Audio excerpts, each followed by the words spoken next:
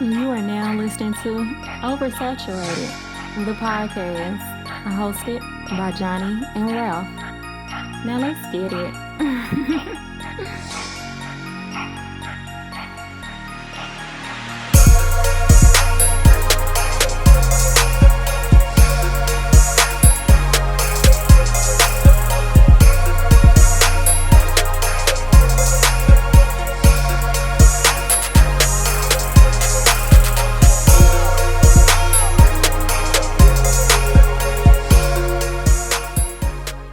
Welcome to another episode of Oversaturated, the podcast where we discuss music, movies, pop culture, and everything in between. I'm Johnnie. And I'm Ralph. Welcome to episode number 295. Man, 295, man. I'm still Roll Tide Ralph, even though we lost last night. But, hey, we still in the playoffs. I was about to say, they're the playoffs. Hey, turn still, though. I lost. New listeners, please follow us on all social media. Facebook, just search Oversaturated the podcast. X is Oversat Podcast. Instagram is Oversat the podcast. And our email is oversatpodcast@gmail.com. And please be sure to check out our website, oversatthepod.com. Anything you need to know about OS is there. Yes, sir. If you want to follow us individually, I'm the Mind of Ralph across your social media platforms. On X, I'm JON2_B. On Instagram, I'm JBS_ESL_AAMU. Round of applause, man. Round of applause. Tonight, my guy Ralph, how you feeling, man? Good. I always start with the things that bring me joy. Ain't too much going on in my world. I did acknowledge that the Alabama Crimson Tide lost to the Georgia Bulldogs in the SEC championship, but we still in the college playoff. We got 3 losses, which is a very rare thing for us Alabama fans. But hey, God bless. Because this is not going on. I'm not gonna hold you. We injured, so I'm not the most confident in what we have going, but I'm still gonna roll with the squad. Wait, is this the first year for the 12-team playoff? Is this the first year? First year. Okay. Alabama's a 9 seed, so that's we kind of down the total. Crazy. I know, right? But hey, consider a 10-win team is a 9 seed. It's crazy, but but hey, that's the world we in though. But I don't know, man. But I've been good. I don't really want to get into anything Trumpisms. You know how y'all, what y'all can do. Y'all know the motto. The message ain't never changed. I mean, he embarrass y'all every day. The way every day y'all get on here and try to defend it, he embarrass you even more. Like, you know how hard it is trying to see. I done start ranting. You know how hard it is to defend something that's indefensible. Like, you ain't got nothing for that. And that's how you know you're in a cult, because that's insane. Exactly. But other than that, man, life is good. I don't think I really got too much to report, bro. But what about you, bro? How you doing? Got you. I'm good, man. I feeling good. We talked in pre-production, but I had a chance to travel to Kansas City to accept the award on behalf of the East St. Louis CTA. Let me just hit a round of applause for that. For our section, which includes 5 different states, we won Outstanding Community Tennis Association for the year. So just seeing all the hard work that we've put in as a board, as an organization, be recognized, man, it's just dope. It feels good, Yeah. Because what we do is for the kids, for the community. So the fact that the people throughout the section, they recognize us, they see what we're doing, just felt good. Yeah. Hey man, let me give Johnnie his flowers right here on this podcast, man. I'm extremely proud of you, brother. I love what you've been doing. I met Johnnie when I was 15, so for him to be like over a tennis association is kind of crazy to me. Not to say he was same to me. Not to say he was like a wild youth, but you know what I'm saying. Like we both come from like underprivileged backgrounds, so it's just dope to see the man that he's into. So salute to you, bro. Appreciate that, man. Love you, bro. Appreciate that. Is there an all button like a sick all like no for real. Nah, but for real, I do appreciate that. I mean, honestly, I never really saw myself in this type of capacity. I never saw myself on the board of directors of anything. So the fact that I'm able to do that for organization of something that I really love and enjoy, it's pretty dope. So yeah, man. Representation, man. Absolutely. But outside of that, I'm good. Listen, it's the end of the year. It's the holiday season. Listen, man, I'm typically a Grinch around this time just because contrarian. I don't know, but we didn't put the Christmas tree up. Look, I'm feeling festive. Hey, So man. I'm in a good mood. Let me start off and call out myself real quick before we get off the dome. Yeah, I lied to you, and I lied to the listeners of OS. Well, I watched that whole Diddy documentary. Like I watched but I lied. I lied. I watched it. I watched the whole thing, all 4 episodes. I didn't even. Hey, Hold on, go ahead. You go ahead. I was gonna say what happened was I had got caught up on everything. Like I had ran through Stranger Things. I had watched. I'm caught up on Welcome to Derry with the It prequel series, which is amazing right now. I was just like, dang, I ain't got nothing else to really watch. Well, I got 4 episodes of something right here on Netflix. And that will be right there too, right there. The Yeah, first banner. right there, like it's like soon Stranger Things there. It's like, but even though Stranger Things already came out, the Sean Combs Diddy stuff was the #1 trending one already because everybody done ran through Stranger Things. Yep. So now we got something new. So I was like, you know what? And I watched it. And I mean, we already knew he was a nasty nigga. I think it was just more so the business stuff that was kind of appalling, right? And I'm glad you watched it. Just knowing how he treated Biggie's funeral as an expense that Biggie had to recoup in death through, like, I guess, posthumous album sales or whatnot, which is even more crazier. But and then it's like all the stuff they connected with Tupac and Biggie. I think that's what really was the most damning thing, because we knew that he abused athletes right there on video. Right? Do we have to relive it? Possibly, but that's what it really framed. Because I watched a previous Diddy documentary. I want to say it was on Tubi, which was actually pretty good, but it kind of rehashed a lot of that stuff. But the unseen footage in this one, because Diddy was shooting the documentary as if he was going to be free. That's where a lot of the new stuff came from. So I thought that was interesting. Still, I think they didn't stick the landing on the 4th one, but episodes 1 through 3 were pretty solid. Man, I was kind of in and out on 1 and 2. Yeah, my wife was watching it, so I was kind of in and out because I was doing a bunch of stuff around the house when I got back in last night. But I was able to watch most of 3 and 4, and like I think we all knew he was guilty, right? We knew he was guilty of like all this stuff, but the way that they were able to connect the dots and like show him the days up until the arrest, like you said, he was shooting the footage as if he was going to be free. Like that man is even more sinister than I thought. Like it's insane. It is absolutely insane, and he probably should have got more years than what he got. I ain't gonna lie, he should have got way more. This is the thing, right? And he was punished for previous crimes, kind of like OJ, kind of like, think of like who else have been menaces and big, court cases and other things, and they always seem to went free, and then when they finally go to jail, they go to jail for some bullshit.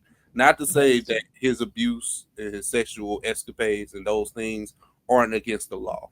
I think that like we said when the trial was going on, the feds just didn't present a strong case. Right. That's how he got less time than what he probably could have got.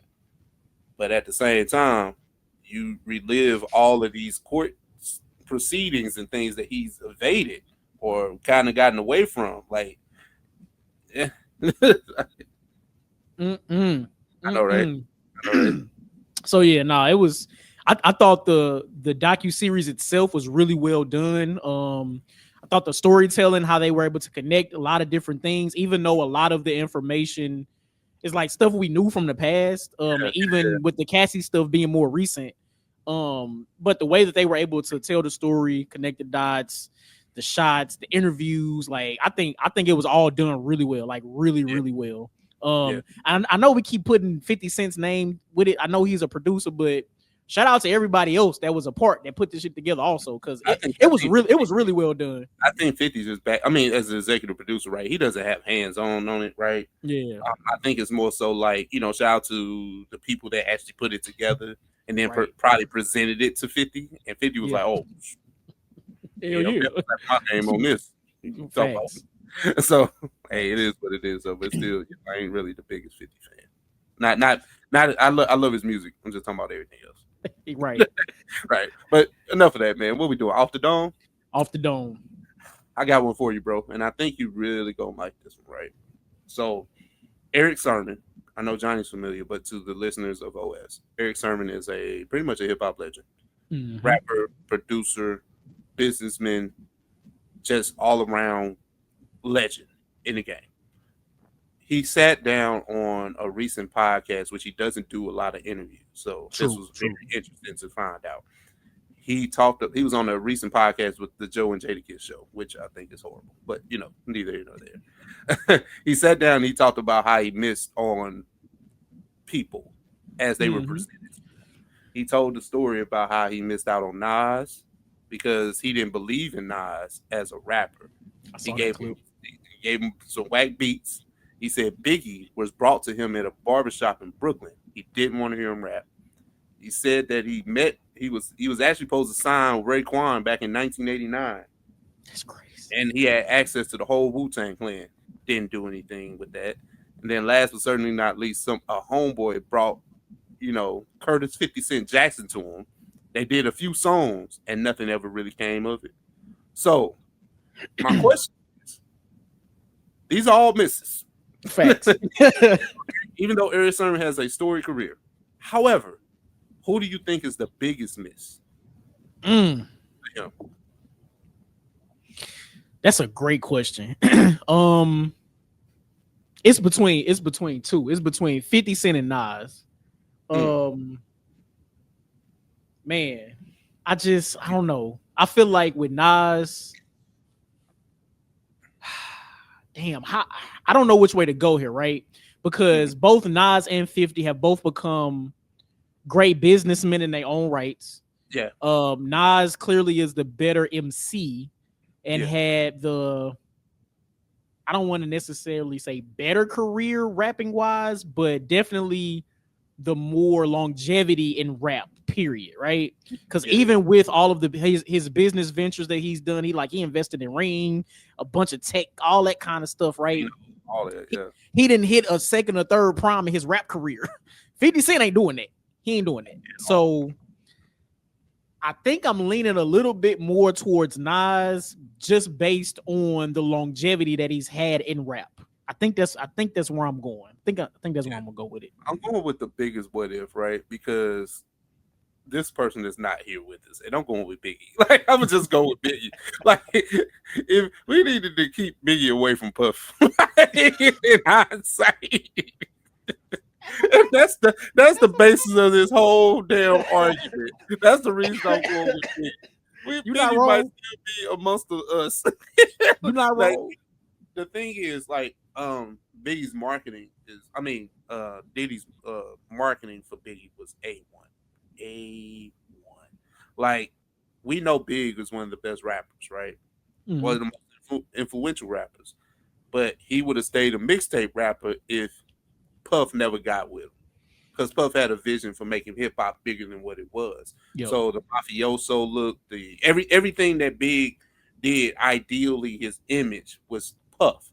Just like Puff style Jodeci, style Mary J. Blige, all these people that became uber successful, and Big was one of them.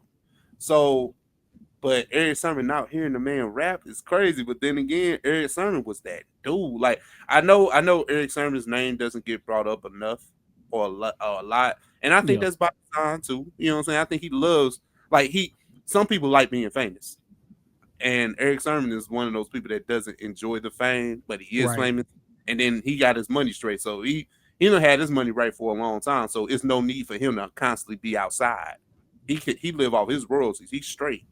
But just knowing that he had the opportunity to have Big in his infancy in his rap career, all these people were in their infancy in their rap career, but just something about Big would have, just been crazy.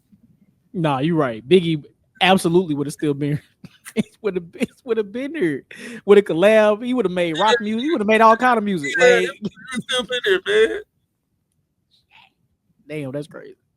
That's crazy. That's a good question. I saw them clips too when he was talking about that. So yeah. All All right, so for my off the dome, I'm not even sure how to really preference this, so I'm gonna just get right to it. I was just thinking about the state of like the country, the world, and like I like to bury myself in video games, comic books, just to escape reality when I feel like I need to. We were kind of talking about this in pre-production, right? So what I want to ask is if you could relive any year in your life in particular, what year would it be? Now, if you need some time to think, I can answer real quick. It's a selfish thing, right? Like, Mhm. and it's more recency bias than anything. I do have my answer because Oh, it's often yeah. I ain't got to think about this. 2023 like was really a great year for me. Like, you know what I'm Oh, saying? Like, I was able to like really spread my legs. I mean, legs is crazy. When I say stretch my legs, like just traveling more. Like I went to Dubai in 2023 with my wife. Facts. Okay. So that, and I think hold on, I think I went to Cabo that year as well.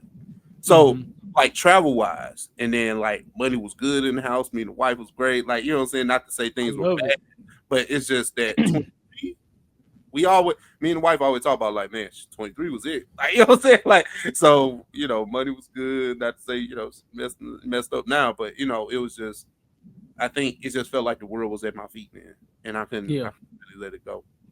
I'm not mad at that. Everything was clicking. That's what's up. For me, I would go back to 2010. 2010 is the year that I graduated from college. Still to this day, one of the best feelings that I've ever like had in life. Just the fact of finishing up school, being able to celebrate with all my closest friends, a lot of people that I still talk to and hang out with today. Again, one of the most like one of the best, the greatest experiences that I've ever experienced. And then from there, transitioning into my first job out of college, which I was actually able to get into my career. And then like, listen, that when I first started working, I was outside. Like, I didn't really go out much in college. My freshman year I was outside, but sophomore, junior, senior year, I mean, I went out a little, but I wasn't like the Thursday through Sunday. A lot of people was going out, but I was not. So when I started working, when I first started my 401k and was getting money, let me listen. From August to December, you know, the rats be outside with no coat on. I ain't had no coat on, sweater and kicks, like outside. I had a great time. 2010 was amazing. I don't want to reminisce on those years because I might try to say something crazy, but I'm with you though. It was a time. It was great. It was great. Listen, and those what 5-6 months post college, I made up for 3 years of not going out. Let me just say that I made up for that. That sounds all right because I know when I caught that shit up, bro. When I came back home, oh brother, talk about Hurricane Ralph, nigga. He was outside. Look, brother. And this was a time in St. Louis where it was still dope to be out, right? Like Washington Avenue was still dope, downtown was dope, the Landing. It was a lot of spots that you could go to. We had variety of clubs, lounges, bars, whatever your taste was, right? You had a forte, like you can go there, right? Yes. And it was just great. You can catch a vibe. You can find your tribe. You know, that's a fact. Oh my god, it was amazing. So yeah, I would definitely go back to 2010 for sure. Well, let me get up out of here because I'm not gonna do this to myself. That was off the dome, people. Hey, what do you think was Erick Sermon's biggest fumble? Yep. And then if you could relive any year, what year would it be? Let us know. OS gang, what's happening, family and kin folk. We got a few topics here on the OS news docket this week. Let's start at the top. It's kind of hard to have a podcast and you don't mention Drake, especially when you talk about rap. But true. Apple Music, they have put out another dominating headline where they said that Drake is the #1 streamed artist on their platform across all genres. However, they did put out a list of the top 25 songs, and he only has one, I believe.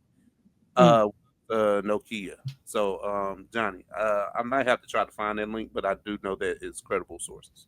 But Johnny, what do you want to say about just Drake being the #1 streamed artist on Apple? So, no, I'm just playing. I don't. I mean, cool. Like that's dope. Like I'm not really sure what to do with this information, right? Again, outside of said beef last year, right?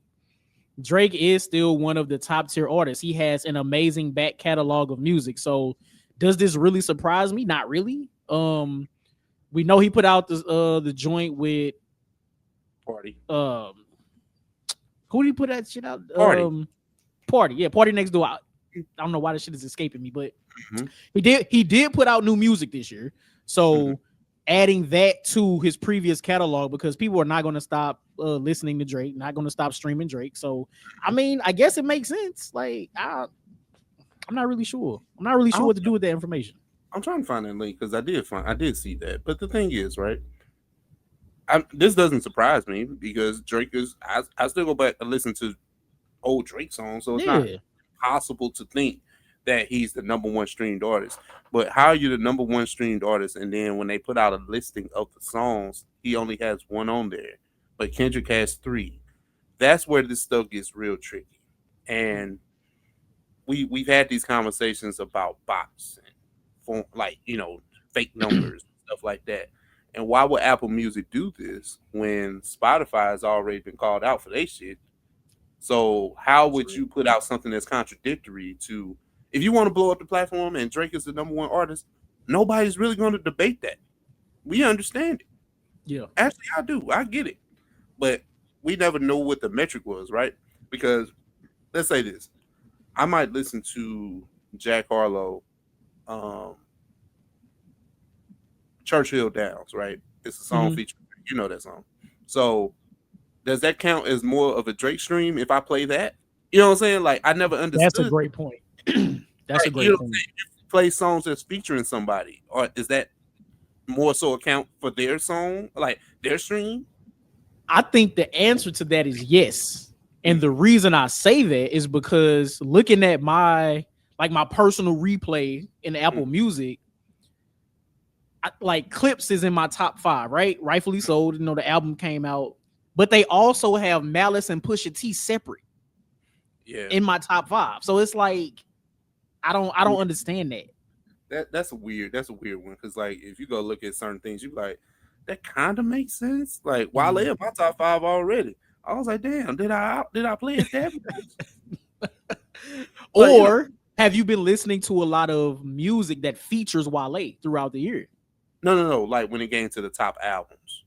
Oh, top album. Okay, got it. It had that, but I really enjoyed the album. But I play one. Like let's say if I get fixated on one song, that drives up the stream of an album. It does. Yep. Because I can listen to Tomorrow Today. That's my favorite song on the album. I play this. I might go into a 30-minute tailspin. I'm sorry. I'll be honest. It happens. It happens. But to sit here and say that album got played that much more than everybody else because of the one song that I continuously play, I just find that weird, with their metrics. But just back to the overall point, I think that they're using this to kind of push the Drake and Kendrick stuff a little bit further because it's so polar opposite, right? Why would you put out that Drake is the number one streaming artist, which nobody's gonna argue, but then you have 3 GNX songs in the top 25, and you can barely find a Drake song near.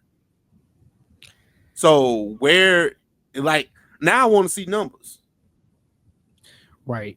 But okay, the caveat to that, right, is that Drake's back catalog, not only his own albums but also features, is much greater than Kendrick's. Yeah, facts. But how is he the number one overall and none of these songs peaked in their top 25 version? That's the only thing I got. Like, I know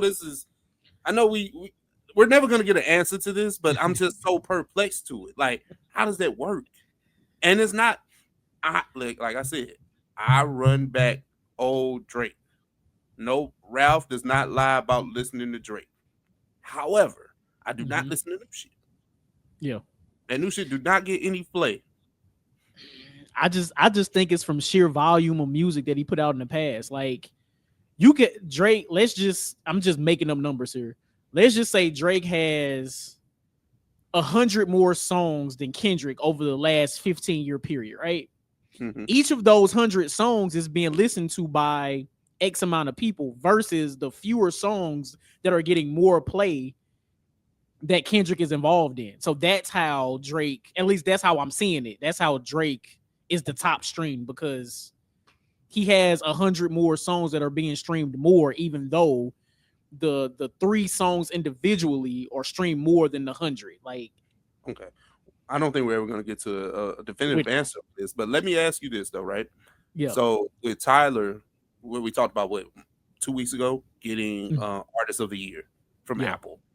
What is the difference? Like what like are we awarding the artistic creativity of an artist and then we just go off of pure numbers over here? Like what is the caveat? What is the criteria for these awards? And should we start taking them seriously when we start talking about like an artist accolade? Like this artist was Apple Music's Artist of the Year, or this was Apple Music's most streamed Artist of the Year, or I had top 25 and three in the top 25 from last year. I'm him. Like I don't know. I don't know. It sounds like, at least based on everything that we just talked about, with Tyler specifically, it sounds like there's more of a artistry that's involved. Now, remember, Tyler did put out an album this year. He did put out a brand new album this year. So how that stacks up when it comes to streams and all that, I literally have no idea, because I'm not playing that over none of his shits. I ain't gonna lie to you. I'm not. I enjoy it, but not to the point where I'm just finna throw it on to listen to it. I'm just not gonna do that. But I don't know. I'm gonna listen to Kate Renata or something. Like, you know what I'm saying? I don't know, like somebody that actually does it better. And that's not to say that, that's not to say that Don't Tap the Glass guy ain't got some shit on it, because I think it does. But if I want to listen to dance, I go listen to somebody that actually does that. That's real. No, I 100% agree. So with that in mind, I don't know how many people feel the same. I don't know what his streamers numbers look like. I don't know about none of that. Yeah. But we also have to take into account he was on tour this year. So maybe that's in it. I don't know. Like, what does this mean? Apple Music? It's like, you got me and Johnny talking. What are we gonna do with this information? All it did was give Drake another reason to post something. Like, you know what I'm saying? Oh yeah, like number 100. The numbers don't lie. Okay, so how do the numbers don't lie? But you ain't had not one top 25 song, and then the only one song is, who's calling my phone? Who's calling my phone? Like, you know what I'm saying? Get that bullshit out of here. That's funny. That's baby funny. girl. But also, we know Apple and Drake have had a pretty solid relationship in the past. So that could just, he could have made a phone. Hey, Tim Cook, I need this look, baby. I just need this look. That's it. Crazy. That's crazy. It. Especially after Spotify came out and said, didn't they say Kendrick was the top streamed artist or something? Put your hat on. Put that kufi on, bro. You cooking just right saying. Just bro. saying. He need a win, especially before Iceman come out, whenever that's gonna come out. Knowing that he got a tour coming up, like he needs something. He needs something. I didn't even think about. I wasn't even going that far with it, but I do think that if I could borrow your kufi, if I do think that not Drake, but I think that Apple Music is playing this sick game of trying to keep the Kendrick Drake stuff going. Trying to keep it going. Yeah, where we passed it, big dog. Like we passed it. I'm exhausted. Now this like how people felt like, oh man, not like us. They're still playing it. Like it was like 2 months like after the song came out. Y'all still playing it? Like, you know what I'm saying? No, it's not the fact that not like us. I'm exhausted of the conversation. Right. He lost. Cool. Drake is still Drake. Nobody's saying anything wrong with that. However, let's move forward. And that's the piece, right? Kendrick has seemingly moved forward because he dropped the album. He's been he's still on his world tour. He just started performing in South America, some shit. I don't know where the fuck he at, but he's still performing. So Kendrick has clearly moved on. Now it's time for Drake to do the same. He's been teasing this Iceman album. He's been doing these weak ass streams. Like, figure out what you gonna do. Is the album done? If it's not done, shut the fuck up about it and finish it. Just put it out. Because that's the missing piece here of this whole beef, right? Is Drake's follow-up. That's the one thing that's missing. And I think whenever that drops, it don't matter if he subs Kendrick, if he doesn't sub Kendrick, if the music is phenomenal, if the music is just okay. That's the missing piece. It's just putting the music out. That's it. Yeah. I mean, you're right, bro. Because it's like when you start thinking about it, it's so much that goes into this, and then when you start thinking about like these numbers and these fake streams and stuff like that, it's just a lot to take in. So I don't know, bro. I don't know. But let's try this out, man. So I don't know how to segue this because it's so stupid. It's like there's no clever way for this. So Juelz Santana of Dipset came out. I forgot what podcast he was on, but it was a interview style podcast where he pretty much said that you don't need to read. Like, you know what I'm saying? Like, and I'm paraphrasing. I'm definitely paraphrasing. But Johnny, what do you have to say about a rapper such as Juelz coming out and saying that kids don't need to read to be successful? I think that's what the quote says. That's insane. So, okay. I pulled an article up, and I'm assuming this is what he said. He said by the time they get to 9th grade, they should be learning how to start businesses, but they don't really need to learn how to read. So let's just stop there, right? That's hard stuff, right? Now, in the 9th grade, you should definitely be at a 9th grade reading level. You should be able to read, comprehend, all that shit. You should be able to do that. Cool. But it doesn't stop there. You gotta learn how to infer. You gotta learn how to use context clues to determine what might happen in the future. There's a lot more that goes into reading, right? And it doesn't stop at the 9th grade. Like, you gotta read Macbeth, the Scarlet Letter, all this shit we had to read in school, right? Yeah, like, come on, like it doesn't stop. And if I'm being honest, that's probably what's wrong with your ass, because you should have kept reading wherever you at right now. If you knew how to read, you would know you shouldn't take a fucking gun unregistered to the airport. Like, so I don't really necessarily think anybody should be taking reading. I'm sorry, I'm tripping, but it's crazy. Like, that's a wild. It's a wild take. Now, do I think that students should learn the entrepreneurial logistics and spirit? I absolutely think that. In addition to continuing to learn how to read, like, they need both, and they can't run businesses if they can't read contracts. I understand Chat GPT and all this shit exists now. I get that, but you got to learn some legal jargon. It's some real simple shit. Like, in order to learn, you got to know how to read, and you have to continue to read to keep the brain muscle going to be able to read in the future. Yeah. Let me. This will be tough. Let me try to shoot LeBron because LeBron is one of my favorite rappers back then. Like, I listened to Juelz, but come on, big dog. I think I understand what he's trying to say. However, he just didn't deliver that shit right. You know why? Because he can't read. Let's try this, right? So, I do understand what he's saying. There is a lot of useless information that can be taught to kids in schools. Okay, right, cool. But to sit here and say that you don't need to read or you should not read to amass wealth and things like that is a bad message. And then for you ain't really got it like that either. Like, you got more money than me. I get it. But you have been famous, sir, since 2002. You be falling on hard times because of bad investments, bad this, bad that. The gun charge in the airport, like Johnny just said, is a lot of things. I wouldn't take that. Like, I wouldn't take that advice from you. I wouldn't take that from Jay-Z or Nas or Erick Sermon, somebody that has proven themselves to be very, very successful in their craft. I mean, outside of music. However, they can read.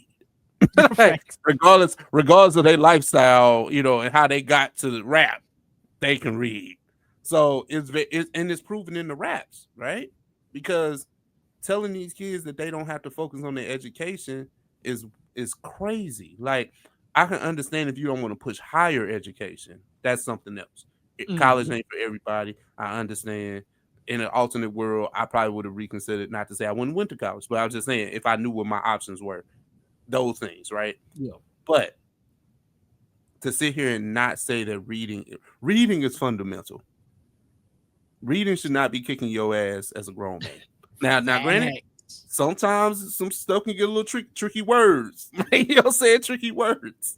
However, It's reading true. should not be kicking your ass as a grown man. And then for you to cast those aspersions on kids because you found a way out of what you were doing to Mhm. become rich, successful, famous, whatever. Cool. Yep. But I imagine that Cameron would never tell a nigga that he don't need to read. As much as Cam is a playful personality and things like that, Cam comes from the old school version of people reading and writing down their raps and all that stuff. So that's your big homie. I know for a fact he would not say nothing like that. Even though It's just Cam rap Scooby Doo, Ruby Rubes, Ruby Doo, like I know that. But I know computers. Cam computers Putin. I know he would never say that though. I'm I confident. just, I don't know. Like, I'm not. I don't know. It's it's confusing Mhm. because does Juelz have kids? I'm pretty sure. I would imagine. I would I imagine. would imagine. Yeah. Would you tell your kids that in ninth grade you don't have to continue to read? Like Look I at just look at me. I'm successful. Like I success is in the eye of the beholder. great. I don't know, man. I really hope that there are shit. I don't know if the kids still connect with Dipset. I don't know, but I hope there's not. I hope nobody listens to that and say, "Oh yeah, I don't need to read. I just need to learn business." But like, It's you too, can't learn if you don't it's read. too it's too late though, right? Like, yeah, ain't nobody. I don't think nobody under the age of 35 is listening to Joel's talk about anything of any importance, right? Touche. However, I think that the generation of rappers that we have now are a byproduct of not reading at all, I not can see that. having not having that syntax, not having reading comprehension. They just go out here and just make vibes, right? And it's so hard pressed to find somebody that actually you can tell like, oh, you read, like, you know what I'm saying. That's why I Mhm. still enjoy like Starlito and Don Tripp because they are like old school rap, like they street dudes, but you can tell they read like Yeah. they might have dropped out of high school, but goddamn, they can read something, like, you know what I'm Right. saying. Right. I don't know, bro. I don't Yeah, know, bro. man. I just that I couldn't believe it when I saw the clip. Like I Yeah, ran it back because I was like, wait, he no, really said that and he meant it. yeah, I know he meant that. So It's crazy. He meant that with his chest. I don't know, man, but let us know what y'all think about that. Are we bugging? Do we think that the kids should have education and read beyond ninth grade? Like, you know what I'm saying? Are we wild for that? I don't know, but I right. don't know. It's real quick. Have you listened to any new music this weekend? Anything new? Um I started listening to the game mixtape, the Okay, Gangsta Grills joint. Experience. What you think about it? I'm I was enjoying it. Now I think like the first maybe 3 tracks, I was a little confused because I felt like the shit wasn't mixed properly. I was like, oh, this a real mixtape. Yeah, Like I that's felt what it like the music was higher than the vocals, so I couldn't really understand them. is. Mhm. But as it kept going, then it was like, all right, this is the game I know. Like game was spitting some shit for sure. Yeah. Just a quick dive into it. I think that it's a solid mixtape. Like I think it's 20 years too late, but it's solid. You know what I'm saying? You know what I'm saying? Because I think the clips was supposed to do a Gangsta Grills too, if I'm not mistaken. Mm, But kind of that resurgence, like we talked about last week with Tyler, and kind of like the Gangsta Grills brand becoming a thing once again. And then you right, got rappers that really rap, right. wanting to rap with drama and make a album of sorts or EP, because them last couple joints he done did with Jeezy. So we need. I'm actually happy to hear a game on here, and I guess I just wanted to mention it because I really kicked his back in last week. So you know what I'm saying? like, Right.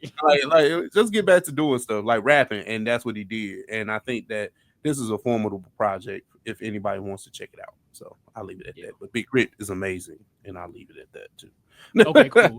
I got Big Crit downloaded. I just ain't get to it yet. So Big Crit is amazing, but we'll talk about that later. But let's get to there's some big stuff, right? We was just talking about business, and I'm pretty sure these niggas know how to read contracts. Netflix just bought, just acquired, or they're working on the acquisition of Warner Brothers Studios for a whopping $83 billion. Billion with a B. Johnny. Yeah, with a B. Johnny. What do you have to say about the streaming service purchasing a legacy Hollywood studio? I think it's absolutely insane. Just thinking about Netflix and how it began, right? It began as a DVD delivery service. So let's take a second to think about that, right? And this was 20 years ago when it started. So the fact that they've been able to survive so many different things in the economy, right? Mm-hmm.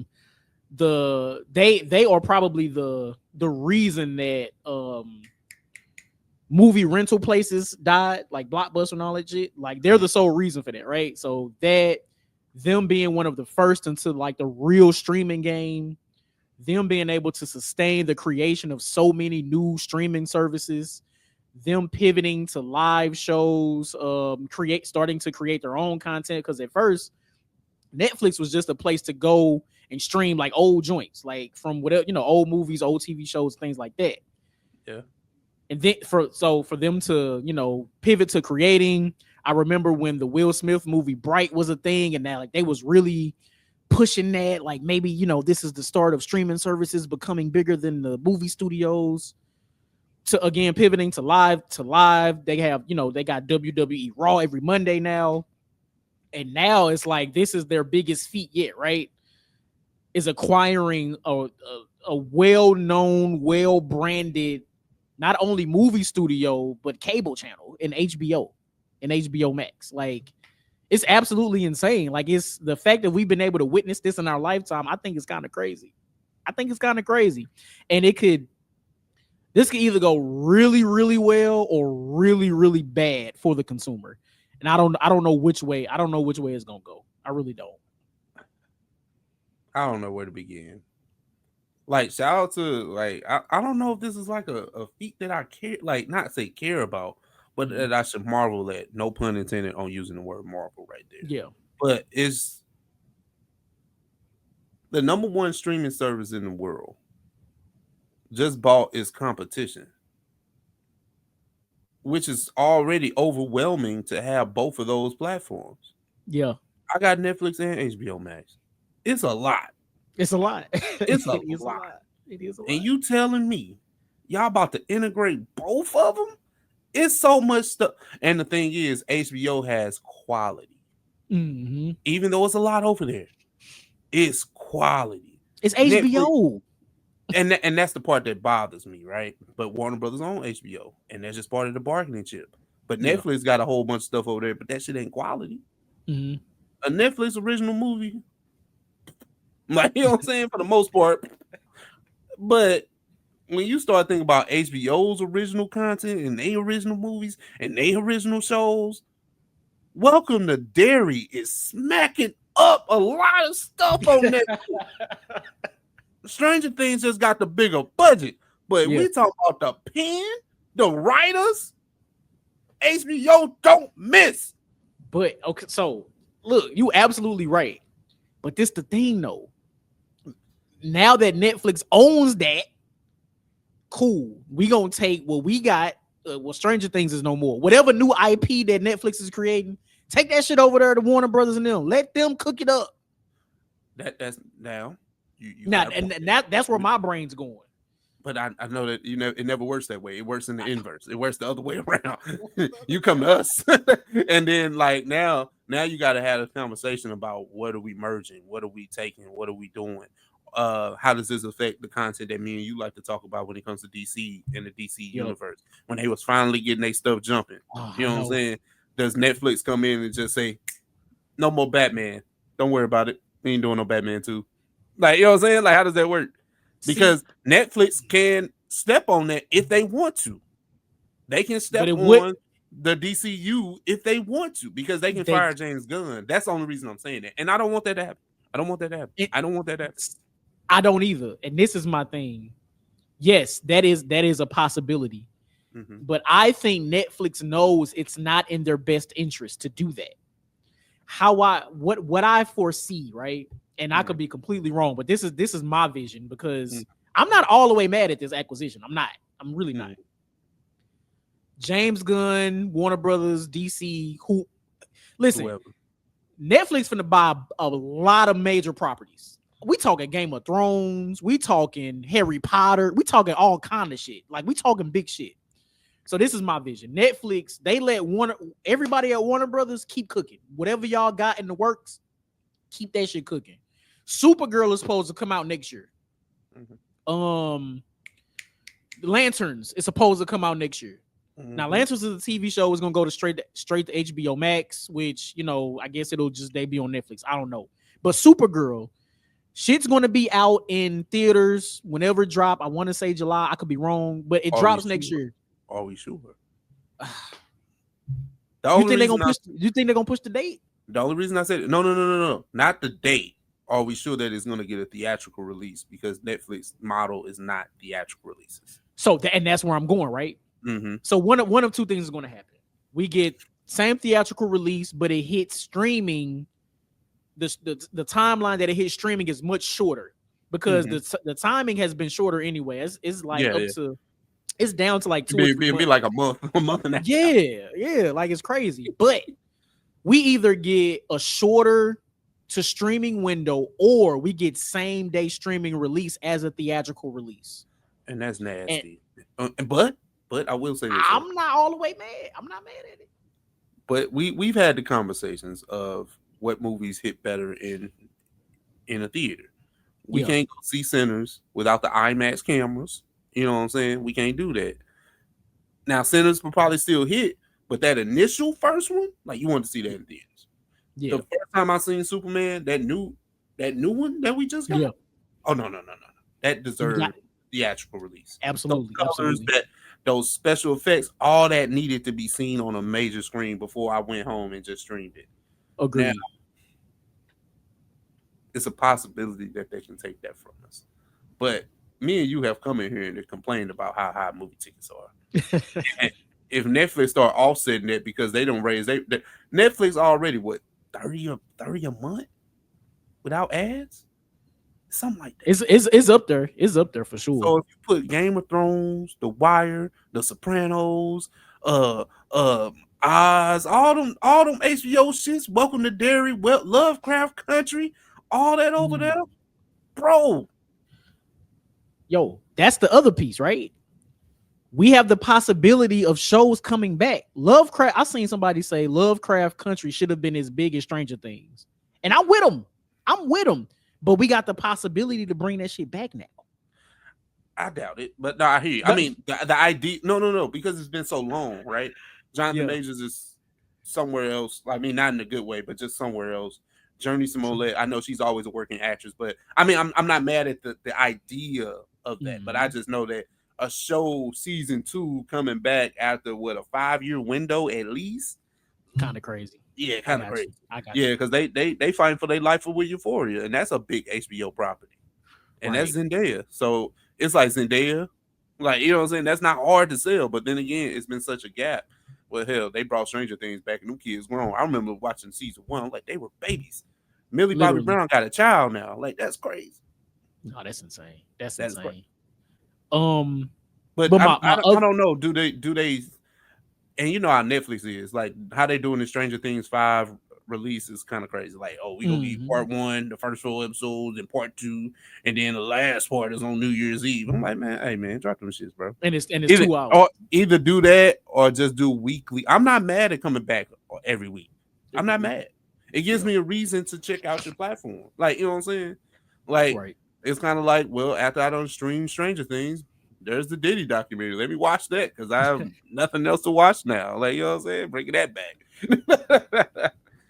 Yeah. But I don't know where to go with all this, like this Netflix merger talk, because Netflix is really becoming a monopoly, something that we haven't seen before, and it's kind of like it's just gonna be two big streaming services, them and anything Disney got. Like, you know what I'm saying? Like, That's real. because like Paramount, like, and the thing is, when you start looking at the business of this stuff, I hope we're not boring y'all, but it's like when you start looking at the business of this stuff, Paramount, and I think you sent me another article that referenced that they were still trying to be in play for it, but Netflix had the money right away. Yeah, Paramount did. They needed investors, and a lot of that was coming from Saudi oil money. So I was like it's like you start listen. If I could ever quote The Wire, which always has an everyday lesson, follow the money. That's what Lester Freeman said. When you follow the money, it will take you places you never thought you would see.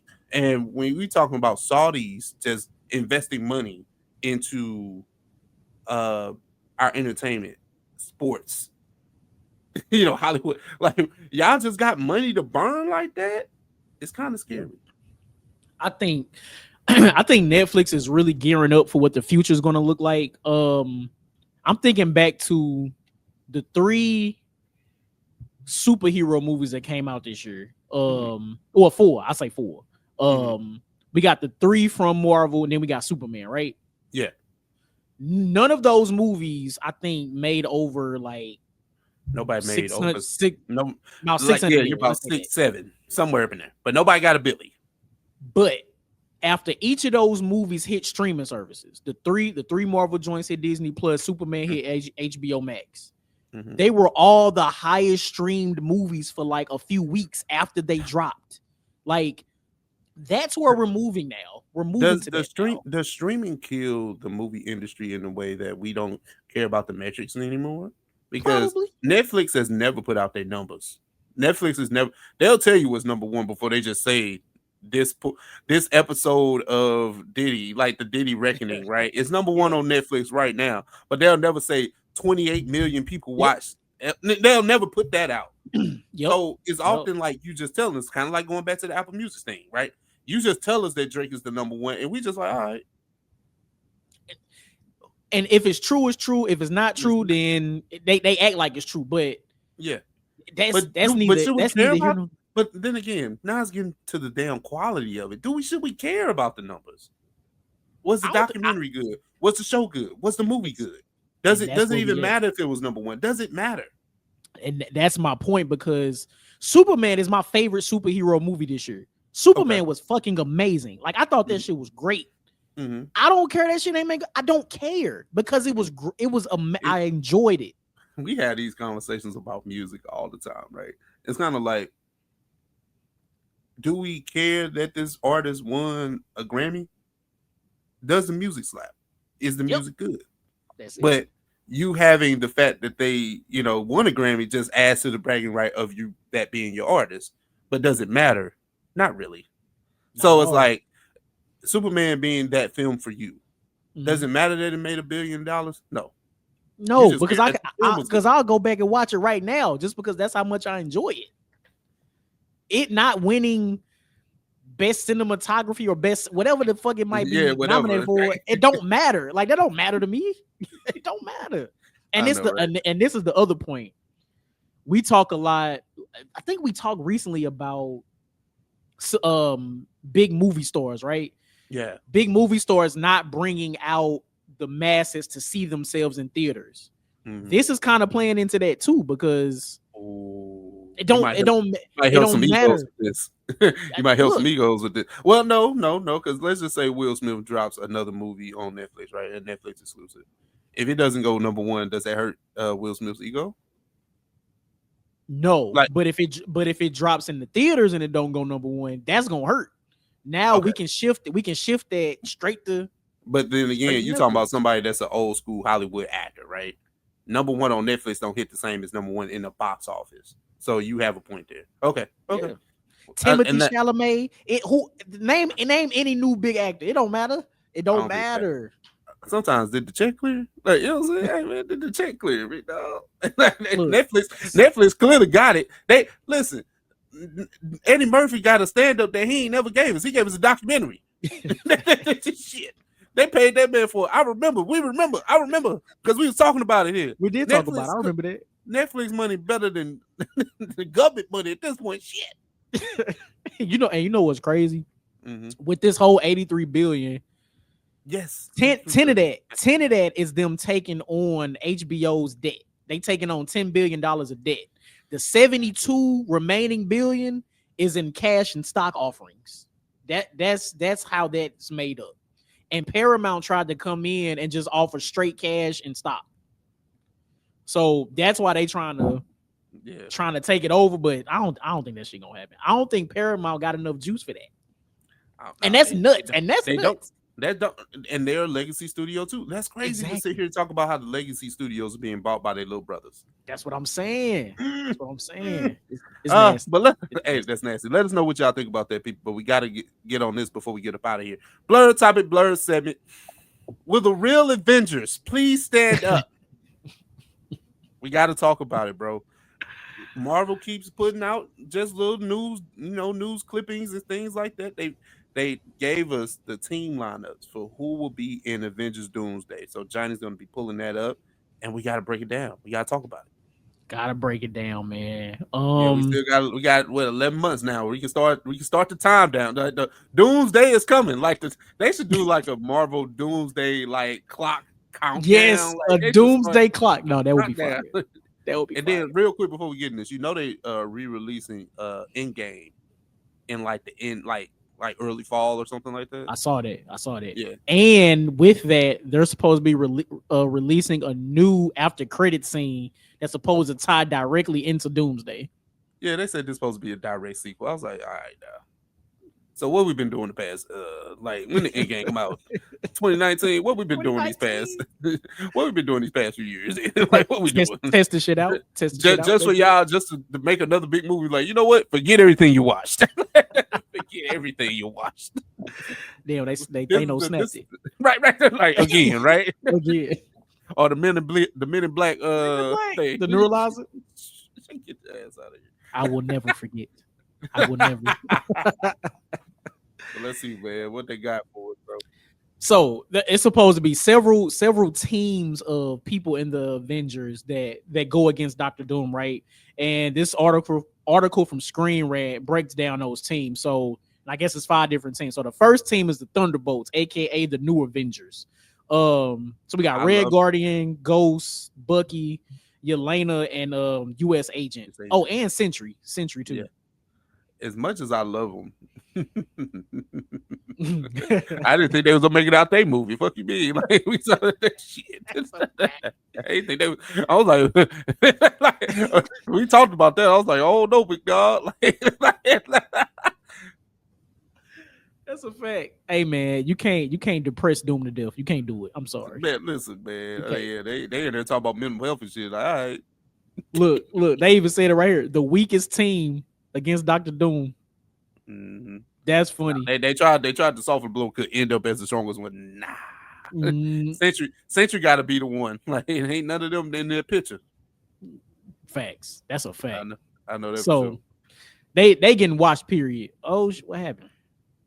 Is it still showing? There we go. Yeah. Let's see it. All right, number 4, we got the Wakandans with Shuri as the Black Panther. I didn't know there was a team. Respectfully, I would never talk bad about my brothers and sisters from the mother continent, but yeah, they better have Namor with his winged feet because that's the only person. I was just gonna say they gonna have to have the Talokans, whatever they call them. Namor and them water niggas. They got to be with the Wakandans. All of our brains. All of them. All of it. All right, then we got the Fantastic Four. I don't know, nothing. Man. Like, listen, Loki, the Wakandans can be above them. I said it. I'm with that. Because this version of Fantastic Four, they're just all right. Like it ain't. Listen, like Sue is really strong, and then obviously Reed is the smartest person ever. But it's Johnny and Ben are just like you're not gonna be able to outthink Dr. Doom. Like I know Reed Rich is smart as hell. That's cool. You're not gonna be able to do it. He's not gonna be able to do it. So let me ask you this, right? Does it depend on the version of Dr. Doom that we get, right? Because you do have a Dr. Doom that's very intellectual, very smart, and then you have the one that's kind of magic and mystique and all that, and then now he's gonna be a tech bro.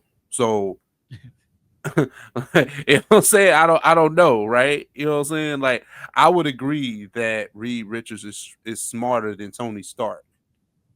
But do you think that he's smarter than Doctor Doom? And we just don't know what. I know that's kind of like his polar opposite. There's like it's like yin and yang for them, right? Right. Okay. So He's does the that Doom is the Joker to Reed Richards Batman. So, Okay. yeah. Okay. I like that. So does it really do anything? Like, you know what I'm saying? I don't know. You know what I'm saying? Like, and this is the because crazy I don't know part, right? I don't know what they're doing with Doom yet.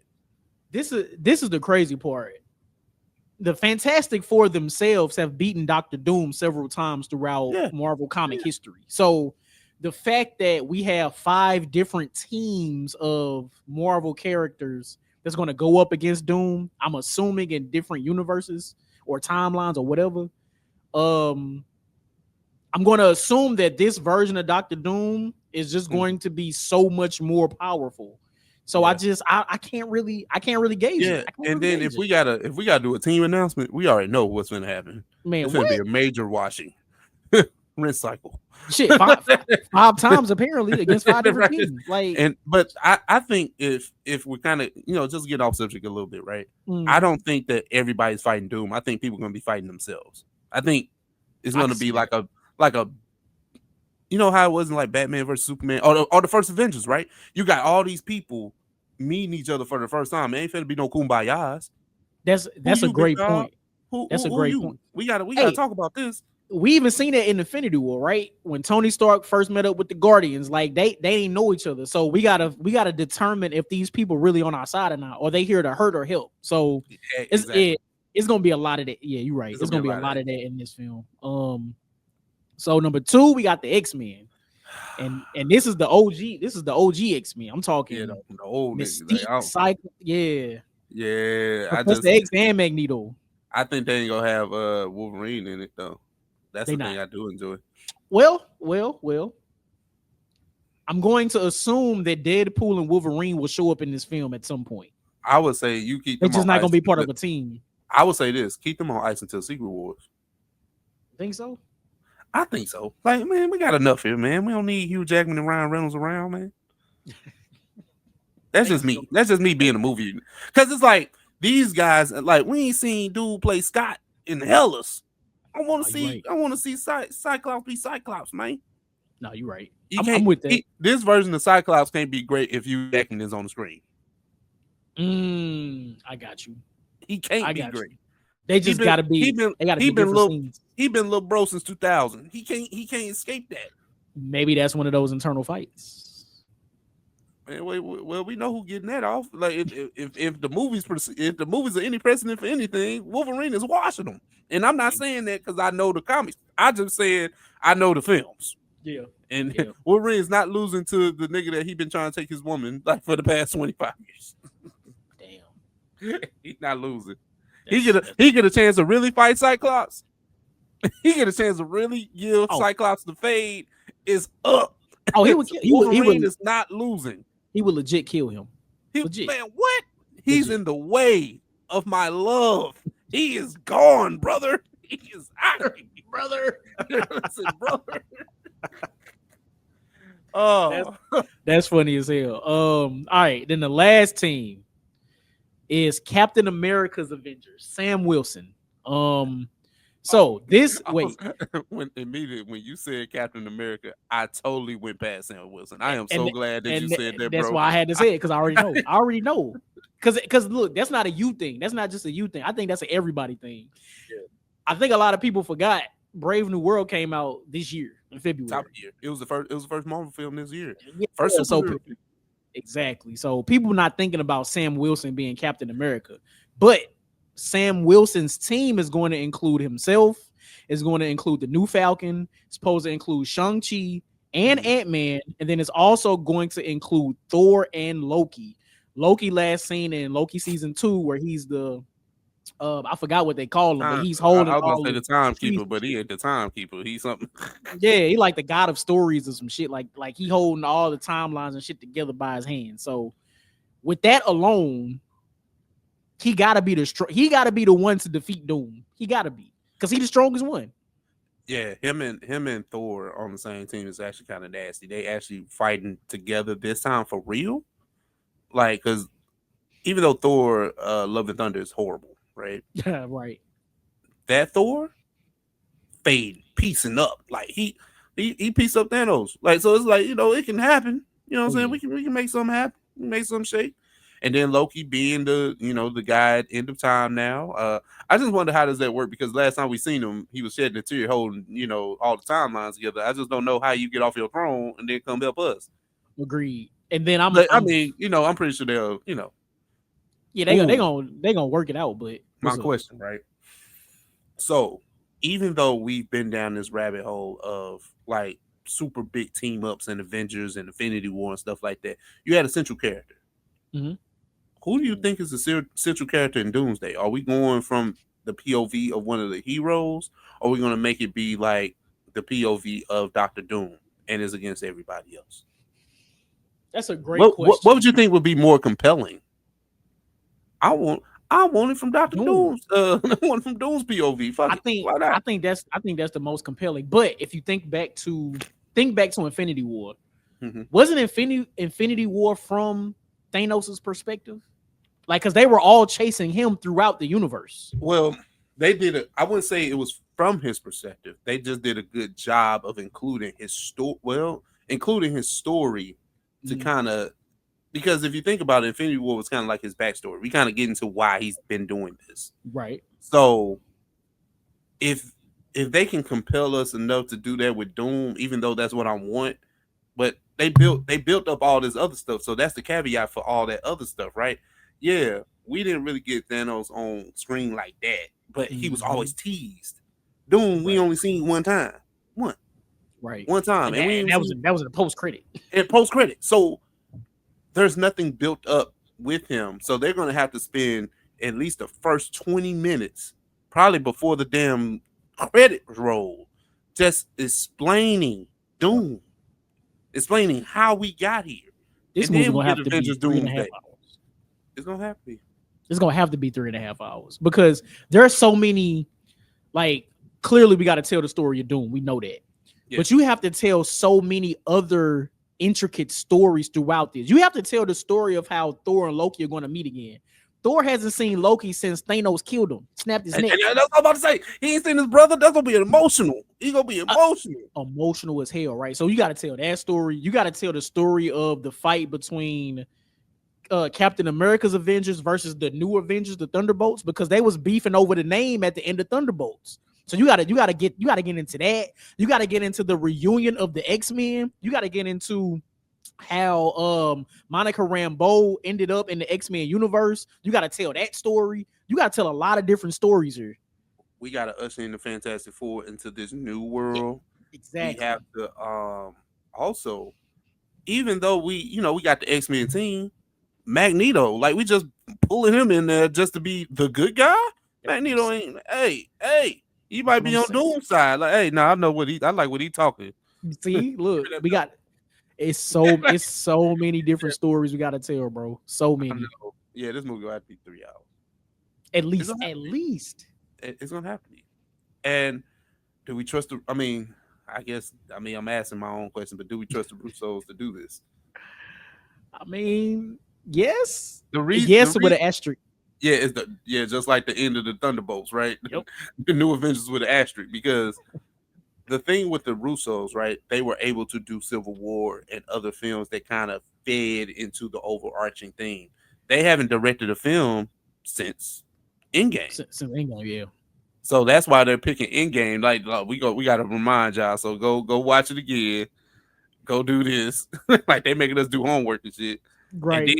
it's gonna be a new after credit scene that just say, "Hey, you know what? Forget everything that happened the past 6 years. Come enjoy this new Marvel film." That's crazy. That So, is crazy. and then we only get two Marvel films next year. We get Spider-Man, and then we get this, Hmm. And I know which is they this try is at the end of the year. to contain Spider-Man, and I think Spider-Man will be. I don't know if he'll be in this. Nah, I think he's gonna be in Secret Wars, but he ain't gonna be in this one. Yeah, give give Spidey a chance to breathe too. Like we wanna highlight other characters because if Spidey is in this, like that's just like it's overkill at that point. Yep. You know his name said nothing about Captain Marvel. Ain't none of that. None of the None Marvel. of- maybe Rambo. Maybe. She gotta be. She gonna be with the X-Men. She gotta be in it. She gotta be. But yeah, Captain Marvel, no sir. They ain't even talking about her. They ain't even talking about bringing her back. That's crazy. No She-Hulk. No none of that. No femininity this time, fellas. We're gonna be good. We're gonna be good here. Oh men and Shuri. Oh man, and Shuri. No, that's Shuri and Invisible Woman. That was only. There you go. I don't know. I'm just talking. That's nuts. That's nuts. But, hey man, but I don't know. I guess we good. You know what I'm saying? Like we know they're gonna get washed. It's just how washed. Right. That's it. Does Thor get close? Does he go for the pause? But does he go for the head the first time? Like is that what we doing? And like, if they make note of that, would you be upset? Like no, because I know that's what they do. Okay. Like we know what's gonna happen, especially if this is direct. If this is a direct sequel to Endgame, you know what's gonna happen. Last time I go for the head, right? Now I have to. Head. But clearly, we have reached the end of our docket. Johnny, what you got for him, bro? Listen, man, we appreciate everybody for rocking with us this long. If you're on YouTube, hit that like button, subscribe button, and the notification bell. And hit the comment section. Let us know about any of the topics that we discuss today. As always, we love y'all. We appreciate y'all. That's episode 295. Anything left for the people, Ralph? Like we say at the end of every episode, we love you guys. We appreciate you guys. Thank you for tapping into the things that me and Johnny like to talk about for this hour and some odd change. When you see these faces, you see the logo or you see the link, make sure you share it because OS is for the streets. And with that, that's episode 295. 295. We out. Chill. Peace.